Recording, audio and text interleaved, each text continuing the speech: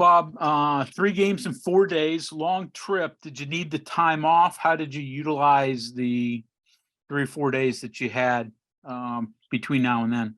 I laid on the couch. Laid on the couch and rested. No, we gave them 2 days off, and when it went yesterday, didn't go hard yesterday, just kind of familiarized them with Xavier and what they like to do. And we're gonna hit it hard here the next 2 days. So what does Xavier like to do? You got to see them in person when you were out there. So They score. They really score. I mean, when you got a 7-footer who can step out and make threes at a really alarming rate for an opponent, it's, to drag your big that far away from the goal is a tremendous advantage for them. They got a bunch of guys make shots. I mean, they really have a very good team of guys that are very capable of making shots. They're shooting over 50% from 3. I think it's 52% from 3 as a team. You don't see that often.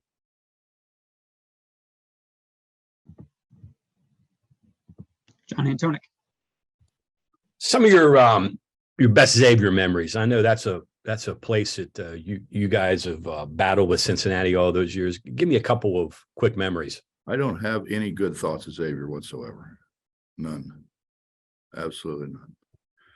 We played in the old field house where Oscar and Wayne Embry and everybody played. There was an NBA arena. We played there, and then I think we flip-flopped either playing on campus at UC or playing on campus at Xavier.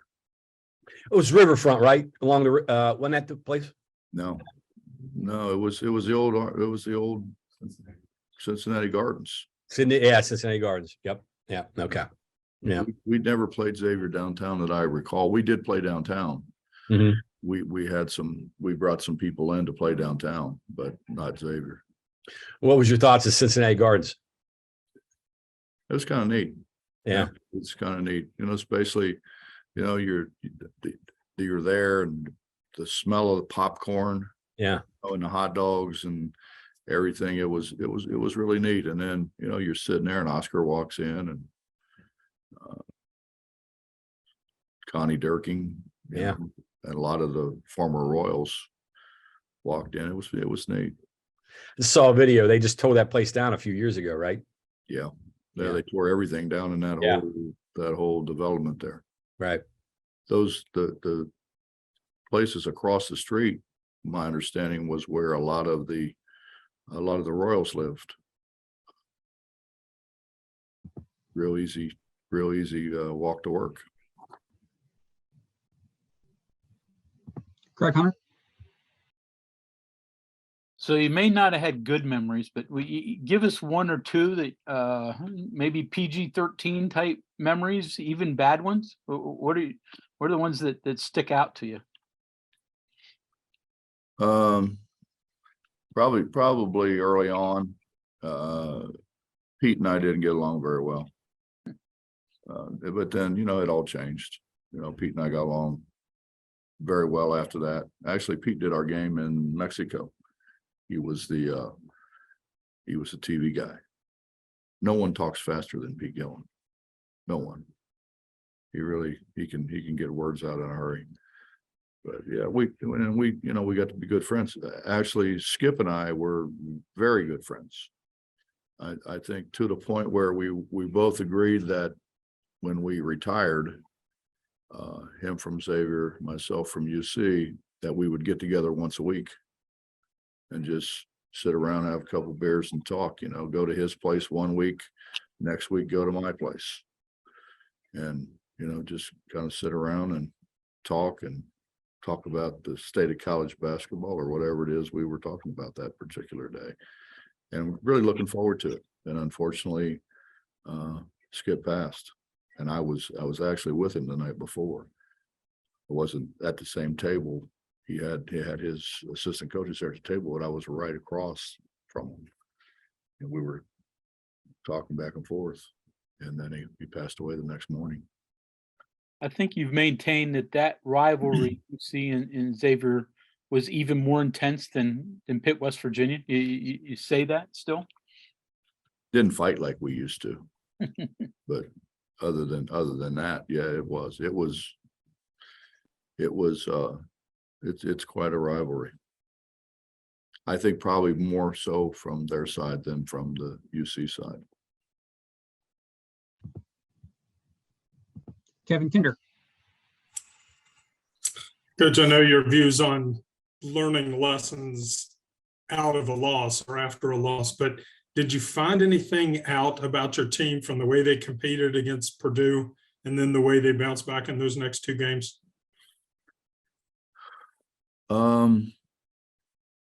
We had stretches where we played very well against Purdue.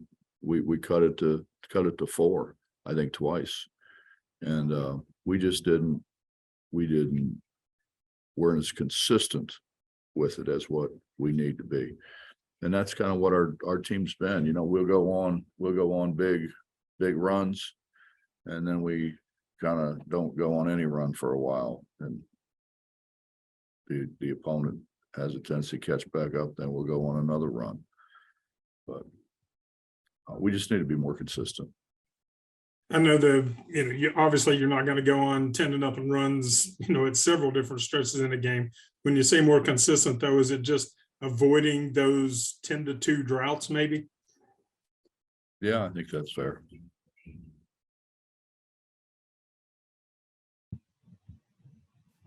Justin Jackson. Hey, Coach, how you doing? Good, Justin. I can't see you. Yeah, I know. I'm sorry. You don't want to see me today. Okay. Hey, obviously, with this Big East, Big 12 battle, I think is what it's called, these challenge kind of games. It's the last year for the Big 12 SEC challenge. And I know they're set up already with the ACC, I believe. So does that set up an opportunity for the Big 12 to get with the Big 10, or would you like to see maybe something else develop? Justin, I really don't know a whole lot about it other than I read yesterday that we could have a challenge with conceivably a couple different leagues. Right. I think the Big 10 being one, and the ACC. I think it was the ACC. That as far as scheduling purposes go, they provide a good these challenges provide a good non-conference game. But I mean, are you a fan of these challenge series, or do they hold any other meaning other than just one extra game? Or it doesn't make any difference to me one way or the other. I think we've tried to play a very competitive non-conference schedule regardless. So, another game in there really doesn't make all that much difference.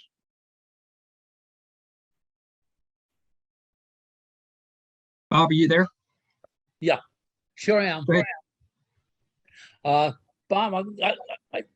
I just started thinking, which is always dangerous. And you've had the privilege, I guess it is, to coach at the school where Oscar played and school where Jerry played. And now you're a Hall of Famer, in there with him. What are your thoughts on that? On those two guys? They were at the same time. They should have got to an NCAA final, never did. Oscar, of course, was a Royal.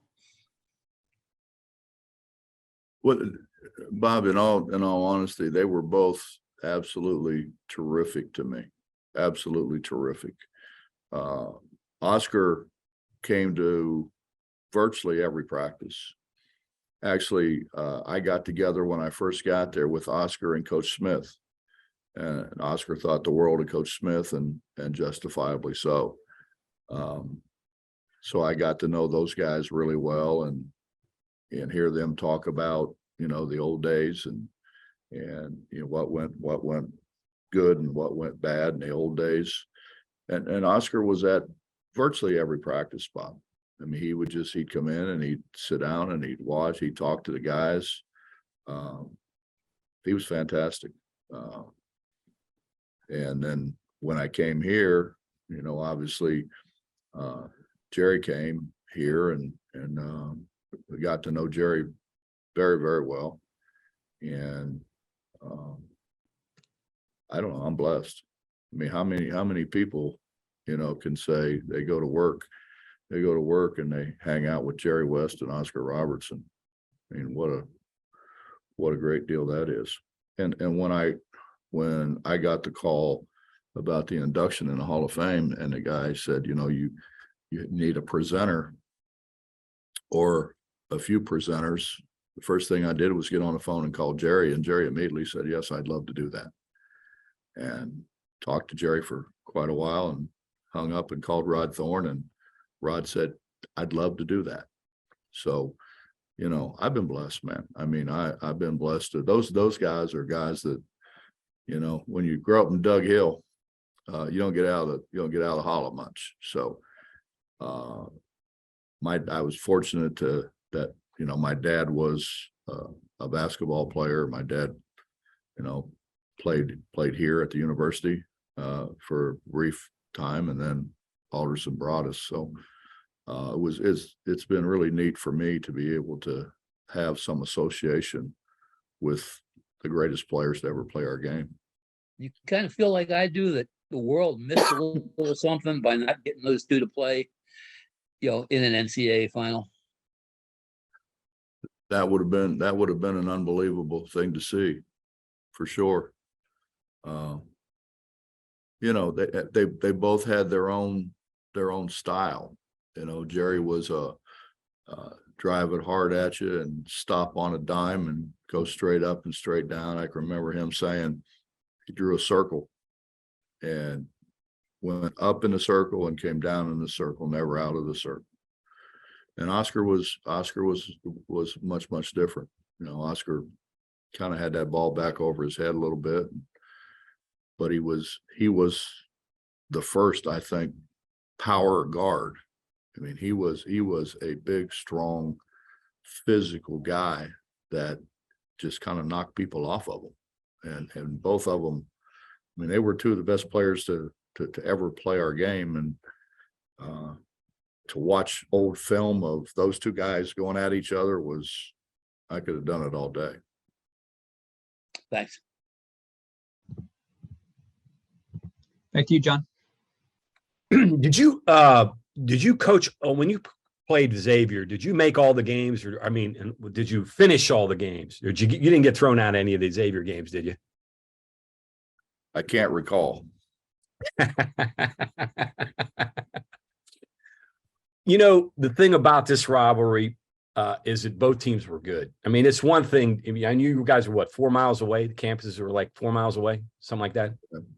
About that, yeah. Yeah.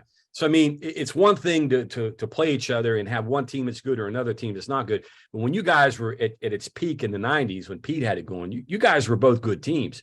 So it had national implications, the game, didn't it?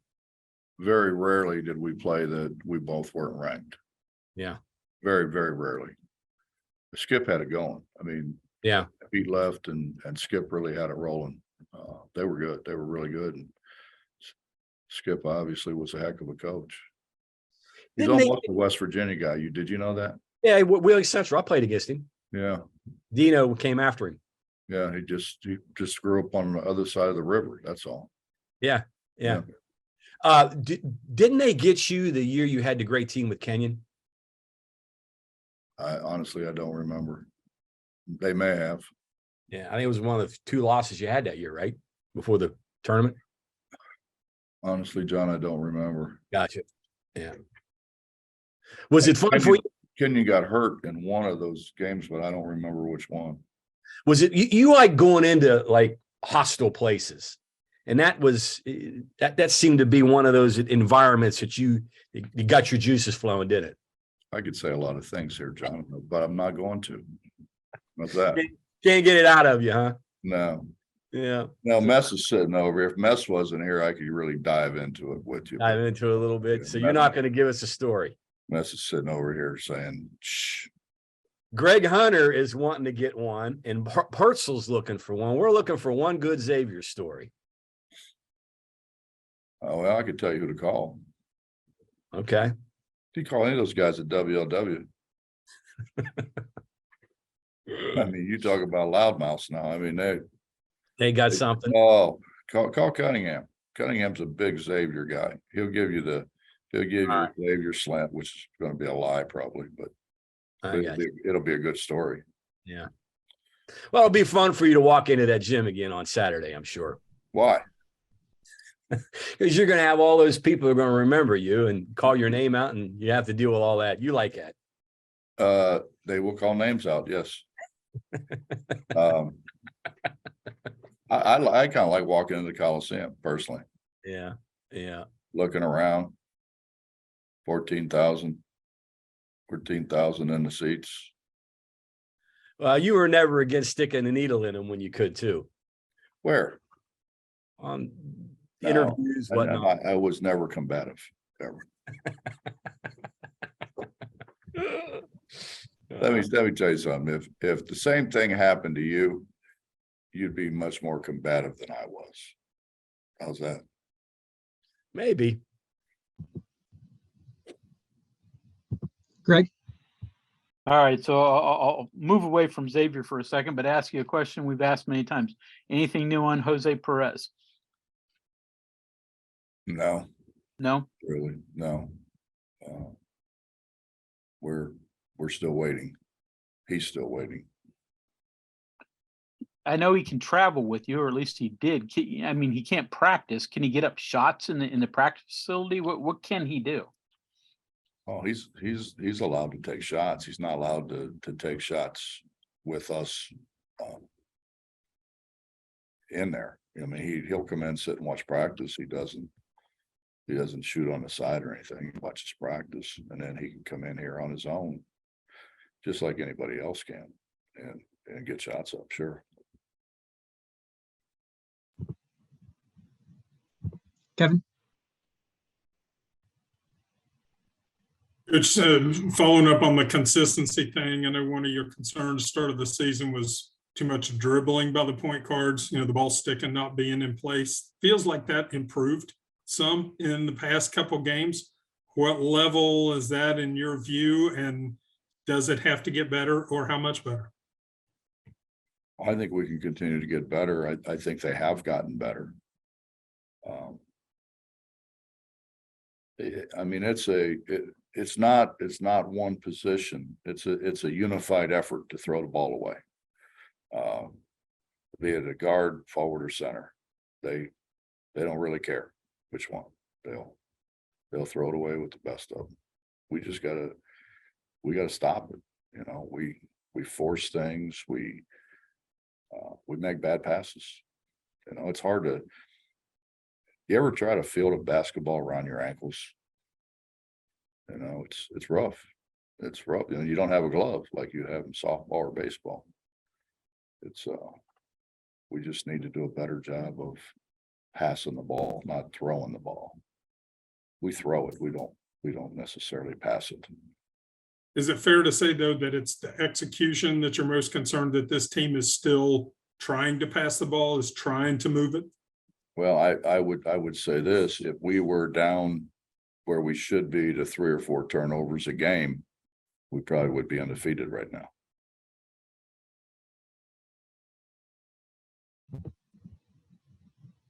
We'll do Justin and then Mike.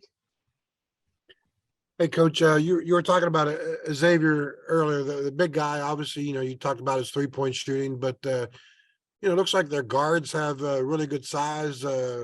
Probably got like 4 or 5 guys that can shoot the 3. Just what kind of challenge do you face here against Xavier? Well, I think you're correct in saying their guards have great size. They're going to play 2 guards that are 6'3", 163, 164. Right. And they like to find ways to turn them loose at the rim because they're really good finishers because of their size. And then then they're going to play a 7-footer and another 6'10", 6'11" at the same time.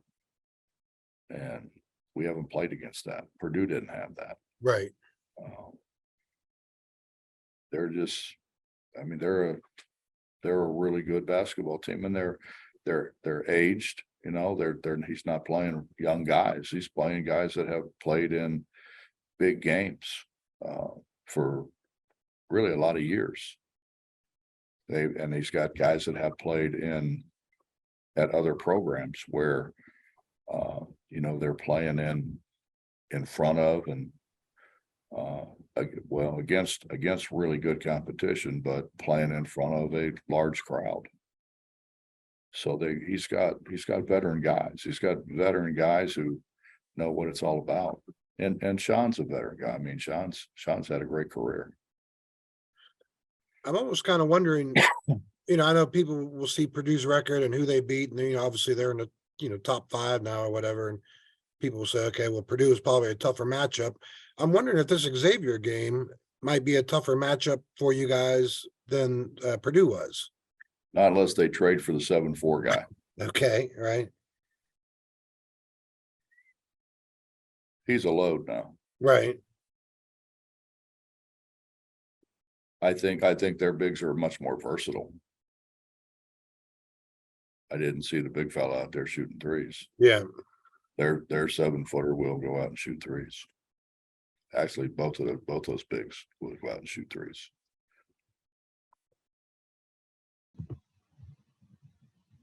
Go ahead, Mike. Hey, Bob, how are you?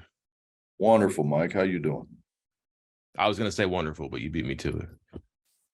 You your rivalry here with You didn't Xavier hang out at school with wonderful Warren. wasn't that lucky, no. Yeah, you weren't that lucky. Yeah.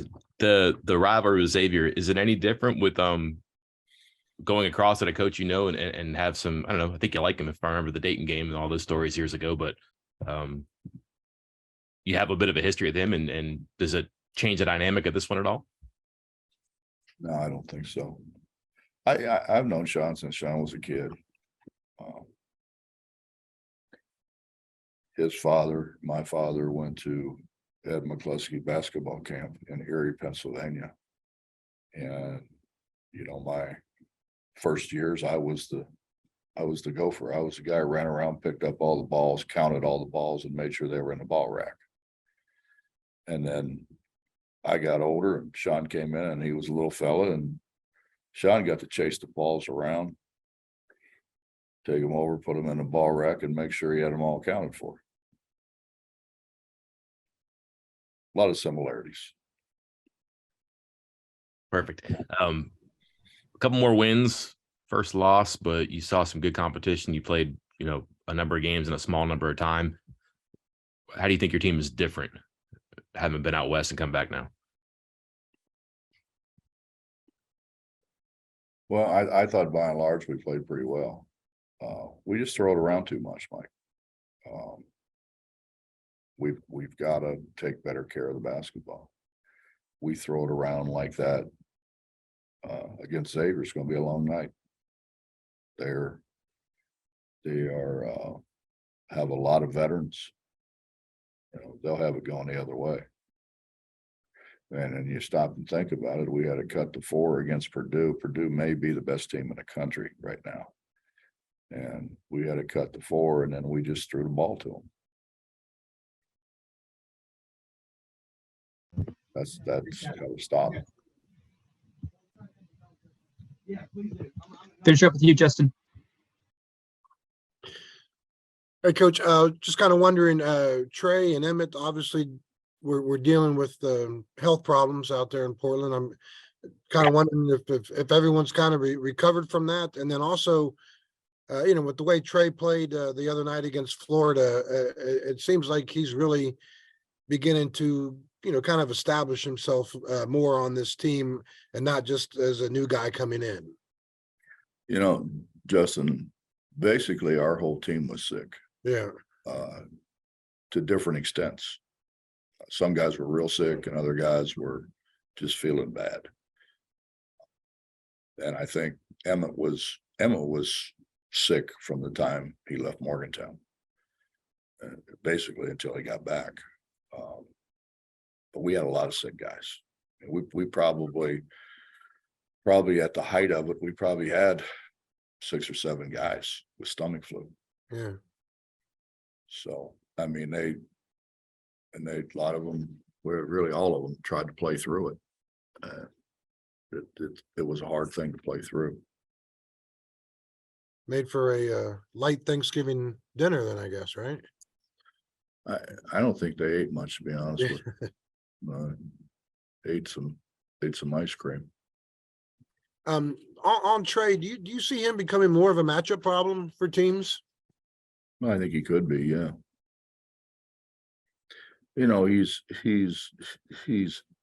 equally as good facing the basket or head playing with his back to the basket,